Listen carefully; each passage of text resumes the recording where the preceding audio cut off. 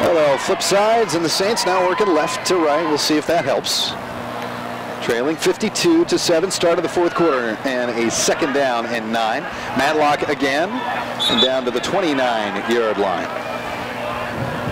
The clock did not Number 22. roll or anything like that, so That was made by number 81. I believe both coaches have to agree to it, but I see no reason why both would not at this point. They need to pick this third down up right here. They need to get some steam going offensively, some confidence back in your quarterback. On a 3rd and 6, he was wide open on the seam as Mitch Bothwell and the big tight end down to close to the 45-yard line of the Falcons. They'll spot him at the 44. Good job by Hillman, settling that ball in the soft spot, right up the seam in front of the safety. They had Money Parks, too, on the left side down the middle. Quickly to the line, 1st and 10. Underneath, it's Bothwell again, and he stands up the defender. Holds onto that ball and a gain of 11. First down, moving the sticks continuously. Good job, good job. They find a lot of openings in the middle of the field again here, like we talked about. They're playing 2 deep safeties and chasing one up. There's a big open spot there every time. 1st and 10 from the 34 of the Falcons. In the pistol formation is Hillman. Matlock directly behind him as the running back, the junior. Snap, play action. Throw over the middle again, almost the same play, and that was a rocket that Mitch Bothwell just could not grab in. Well, getting in that end of the field again, he had to put a little zip on that ball, and I like the area that he threw that in. He saw the safety close the middle of the field, tried to put it on his back shoulder. 10:22 remains in the fourth quarter, a 52-7 Bishop Dunne lead. They did most of their damage, 38 of their points in the first half. A return punt for a touchdown and 2 pick sixes, all by Brian Williams. Hand off to Matlock, finds some daylight, stands up defender, nice shoulder for a tackle, and a gain of about 8. Good job right there. They go trips to this side and then run the draw. Trying to get some perimeter blocking. 3rd and 3. So he had a 7-yard gain on that. 3rd and 3.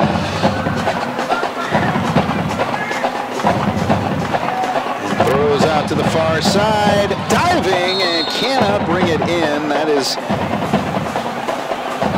Shea Douglas. Boy, it's almost like he gave up on that. I mean, he got single coverage and he gave up on and then at the last minute, he falls down and almost makes the play. Well, you wonder if, you were mentioning the lighting here, they're very narrow. They're at the 30-yard lines, the fountain of lights ahead of us, and that makes the end zones very dark. So did he even see that ball until the last moment? That's a good question, because even up here, you can see that the corners of all 4 of these end zones are dark. So going forward on 4th and 3. Same play, no, a slant in, and that one just hits him right on the knee pad, incomplete. You got to go make that catch for your quarterback. Your quarterback is stripping. It's a slant throw. You got to go down and get that ball right there. You'd like to see Donche go in there and make that catch. He's a good enough player. He's got good enough hands. He's got to go make that catch. And the clock does start to roll here in the fourth quarter. 8:35 and ticking. You know, on that play, the ball is very catchable. He needs to make that catch. So the Falcons will take over on their own 26-yard line. We'll see if we get some reserves in for Bishop Dunne, who have a stout opponent next week, as do the Saints. Saints will take on Plano Prestonwood at home, and the Falcons will take on, traveling to Houston, St. Pius.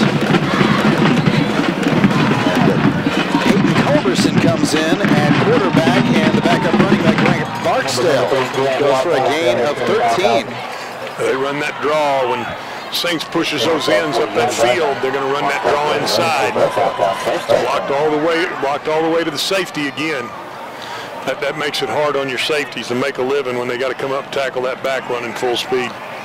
There's been a quarterback carousel this season through 4 games for Bishop Dunne, finally settling on Matthew Yelverton as Barksdale will get another carry and squirts out about 4 there. But Peyton Culberson, who has thrown 25 times this year, had a pretty nice year to start. The other senior of this squad, 6'5", 190. He's a Texas A&M Commerce commit.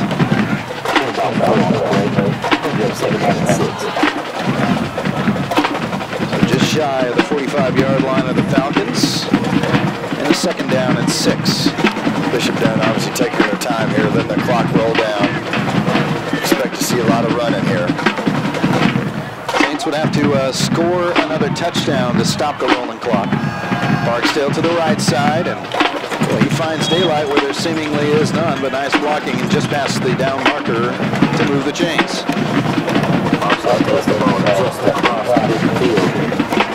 A reminder, you will see that game, 7 p.m. scheduled kickoff time, October 5th, a week from tonight. They're from McNair Stadium on the campus of Fort Worth All Saints Episcopal School. We'll have your coverage here at Texas24.net. Yeah, like Chef said, Dunne's really taking their time. They're trying to run this clock out. This game's in control, and they're just trying to take their time here.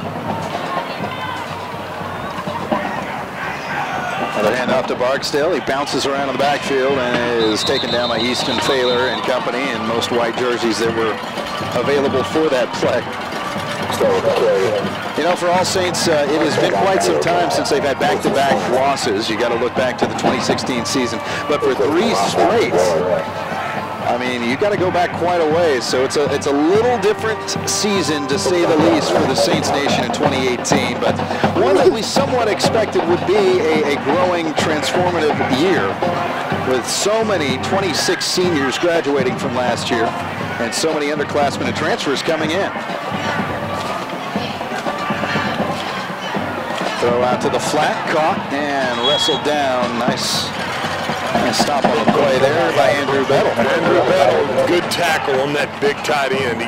He chased him into the flat, run a little stick route, get him down on the ground. That's a really good open field tackle. Sets up a 3rd down and 6 for Bishop Dunne as the clock continues to wind down, approaching 5 minutes left to go here in the 4th quarter.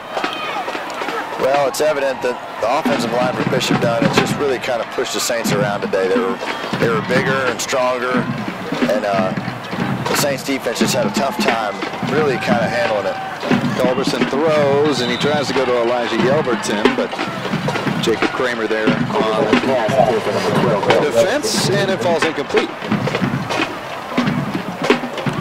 Also next week, the Aaron Beck Coaches Show. And if you have anything you want me to ask Coach Beck next week, because I don't necessarily know at this point what to say, to be quite honest, for next week's Aaron Beck show, but it should be an interesting one nonetheless. Plus, we'll also preview that game against the Prestonwood Lions, as 4th down has fallen upon the Falcons offense, a 4th down and 6, and they bring out Tucker Littlejohn to punt. Money Parks back. A little bit of a press, and this is a spiraling kick. Fair caught at the 6-yard line. Well, you talk about some kicks today. Tucker Littlejohn, if he doesn't have an offer by the end of this season, heck, midway through the season, and somebody's sleeping. Really nice job. I'll tell you what, special teams-wise, this Dunne team has done a great job special teams-wise. So here come the Saints with 3:36 as that clock continues to roll here in the 4th quarter remaining. And the starters stay in, trying to just get the reps at this point. What you got to do, you got to fight through it, and you got to get better in these situations. When do you get to see the ball backed up like this in practice? From their own 5, play action. Sorts of time now, it evaporates, hit as he throws, and it's way over towards the Dunne Falcons sideline, incomplete. I got some pressure from the backside right there. You know what, and this is a situation like I was telling you guys earlier, fellas, when the quarterback starts getting those happy feet, he didn't have any pressure initially. He just kind of slides out to the left, and then he causes himself some pressure instead of getting comfortable in the pocket, but he's seen that 3-3, 4-week look, and you know, it causes you to get happy feet. 2nd down and 10. Also, excellent coverage tonight in the secondary by Bishop Dunne. Paul Breedlove underneath, and he hits about two hard yards right there. Well, you know, that crossing route's been open all night long. We just haven't seemed to be putting it in the right place in the play scheme, I feel like. Pull it up on 3rd and long, run the crossing route, now here's time. you'll really see what we can do here. Third down and about 8. That's some extra protection in the backfield there. Offensive line playing very wide. Throw out, and it's out of the diving catch of Donche Douglas. Incomplete, fourth down. And clock now under 2 minutes remaining in the fourth quarter. Again, 7 p.m. on the 5th. It'll officially be October, week number 6, in the final non-district game for All Saints here in 2018. That is something to keep in mind, Ken. This is all non-district play, and the real season really begins next week. I think that's why you see them leaving the starters in the game. They're trying to get better. Clark Hillman boots this one. It's a bit of a sidewinder that takes a nice bounce past the 50. And fielded there at the 46-yard line. 1:17 remaining as the clock rolls on here in the fourth quarter. It'll be Prestonwood at home next week for All Saints, then the second bye week of the season. And the district officially starts October 19th against TCA Addison, the Trojans, and Mike Singletary's team. That's interesting looking at this roster, guys, but you look down here and you know, it's easy to get frustrated at what's going on, but when you see how many young players there are, Douglas, Parks, Hillman, Matlock, I mean, Bothwell, Elijah, I'm not even going to say his last name, both the Brockermeyer twins, Chef Love's son. I mean, this is a young football team, guys, that I think we're going to see grow in front of our eyes as this year goes on. Hand off to Barksdale. He goes to the right side. And he's down for a gain of about 7, and that should do it. 20 ticks remain, and that will be the finale of this one. Yeah, they're not even going to line up. Final tonight is 52-7 in favor of the Bishop Dunne Falcons on the Falcons' homecoming game. Bishop Dunne will advance to a record of 3-2 on the season, and All Saints will fall to 1-3 on the 2018 campaign. As the teams line up there in midfield and exchange pleasantries, we thank you wherever you were tonight watching here on the Texas 24/7 television network. For Glenn Stretch Smith, the Chef Tim Love, and all Roy and everybody in the truck, thank you so much for being a part of this one. We'll talk to you next week as the Saints will take on and host Plano Prestonwood and the Lions. They're on the 5th at 7 p.m. My name is Ken Butler. Have a great night, everybody. Good night.